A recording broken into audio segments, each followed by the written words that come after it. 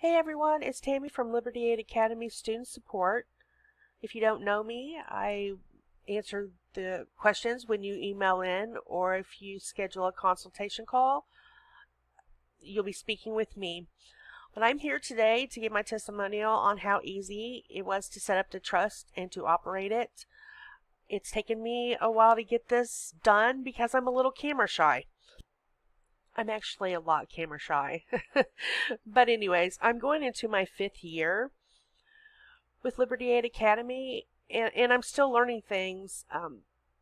But before I started working with them, I wasn't even a student. I knew nothing about trust, or what I thought I knew was it was just for the rich people. And I soon learned that that wasn't true, and it wasn't complicated at all. I still have some things that I want to do, like build credit for the trust, and I want to work on this part very soon. But right now, I volunteer through the Trust of Midwest Christians Ministries Trust. It has a bank account and checks, which I'll show you here in a moment. Liberty Aid Academy pays this trust for the work that I volunteer through. I do not file income taxes at the end of the year, and Liberty Aid Academy doesn't need to send the trust anything at the end of the year either. It's just that simple. It's just that easy. It just works that way. And besides this trust, I have successfully set up several other trusts. I set up a trust for each one of my sons and one for my grandson.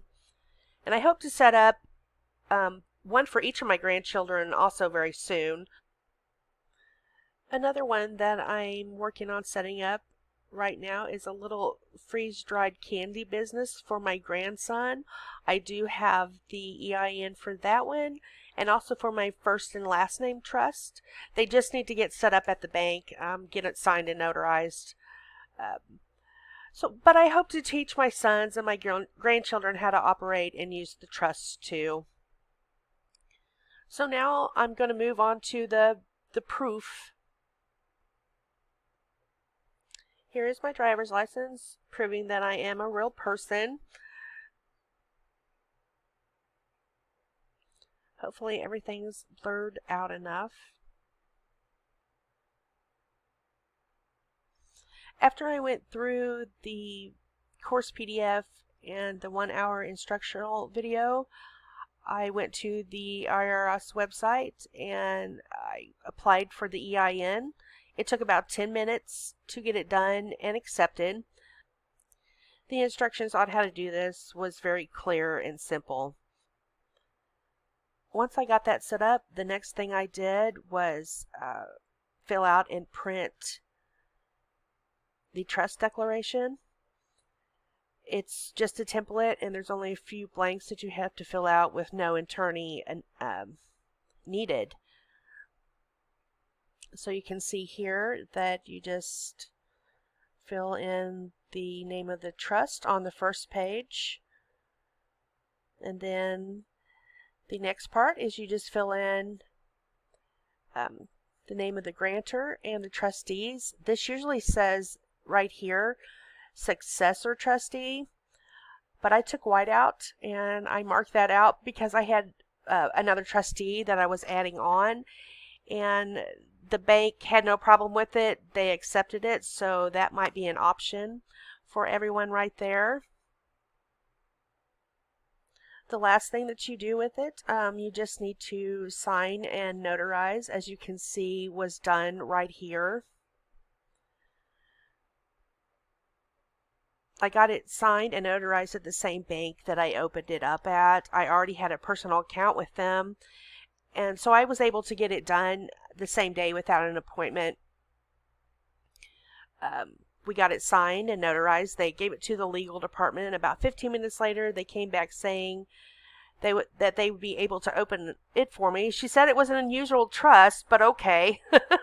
They did open it up as a business checking account, but it's fine because they didn't charge me anything extra. It was a free business. Ideally, you can get this trust set up in as little as 1 day. And you can see I just started it with only $100. It was just really simple and went very smoothly for me. And we received a debit card also the same day that we set it up. Here is the debit card that we received. This wasn't the same one that we got, so I've had to order another one, but we did receive one the same day, which was great. And you can actually get all of this set up online too. You don't even have to go to a bank. You can get it signed and notarized online by an online notary. I actually have one that we go through. If you feel interested in that, just feel free to email us and I will send you her information. If you ever have a problem finding a bank, let's go over here. There we are.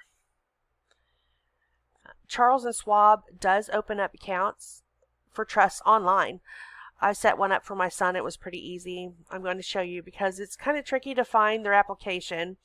But so you just go to Charles Schwab right here, and then over here you just type in trust application, and this is what it's going to, it's going to bring you to right down here.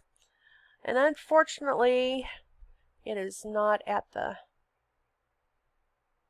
top of the search, but you go down here and you go to the instructions to open up or update a Schwab One trust account with an optional Schwab. This is the one that you want to choose, and then it will bring you to the trust application. You can either fill it in online or go ahead and print it and then send it back to them. The application is kind of lengthy, but well worth it. And then you just send in a check with the application and it got accepted. Charles & Schwab is not the only bank that does set it up online, and you'll be able to find out more about the other students that had experience with, setting it up online. So if you're physically not able to get it out of the house to open up a trust account, there's no worries. It can all be done online from start to finish. Okay, so I'll move on a little bit. The trust owns 2 camper trailers and 2 lake lots right now. And here is the proof of the first one. I do not have the title to the second one because my son has that.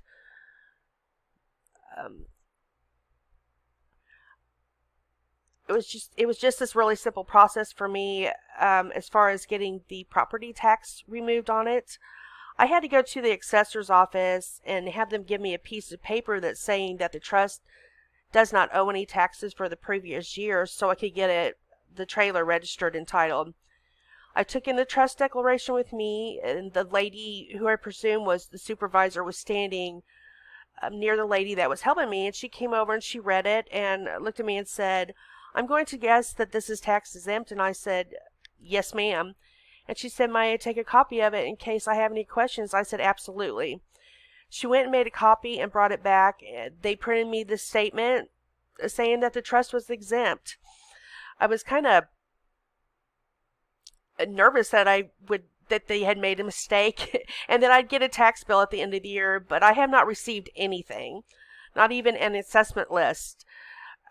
So this one was stating it was in 2020. And here's one for 2021. Again, you can see exempt. And then one for 22. Again, saying exempt.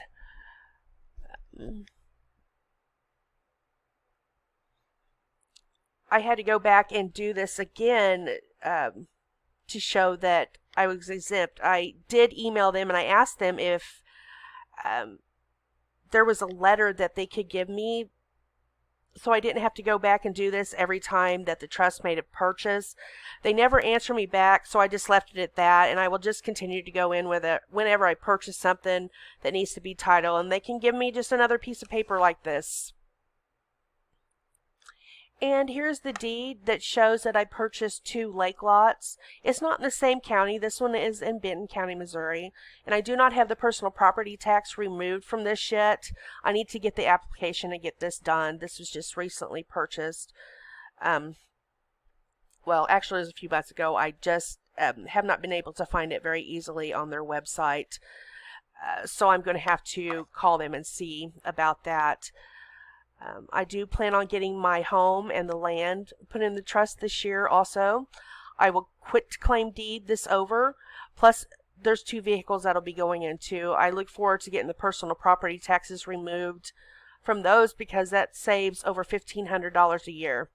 So my experience on setting up this trust, it has been very quick and easy, and I recommend everyone do this as soon as possible. Since I started working on this testimonial, I was able to get the trust registered with the Secretary of State in Montana. Everything was done online. The application was straightforward and pretty simple. I just uploaded the trust declaration, and that was pretty much all the paperwork that they asked of me. It was $70, and I did have to get an address in order to do this. But here is the official certificate of authorization here for the trust. There. And I just finished filling out the application for DUNS. And so I can start building credit for the trust. I'm excited to do that. But I don't have the proof. But hopefully with everything I've already showed you, you will believe that the trust already qualified for a $5,000 credit card. And hopefully I'll be getting that in the mail soon. And that was before I even had my application done because I just literally did that today. And here is the place where I got the virtual mailing address. It's actually it's a physical address, but it's called a virtual mailing address, and that was from Post Scan Mail. It's $15 a month. You do have to sign and notarize a document for the United States Postal Service saying that you allow them to handle your mail for your business. And that costs $20, but other than that, this process for me went pretty simple also. I said that I own 2 lake lots now. I do not own anything. My person does not own those lake lots. The lake lots are owned by Midwest Christians Ministries Trust, and we believe the beneficiary on that would be Jesus Christ. And I also wanted to show you the signed affidavit that we have. Everyone that does a testimonial for us, we have them sign and have it notarized. And this is what that looks like. So yes, you are getting real people with real testimonials. Thank you. Bye.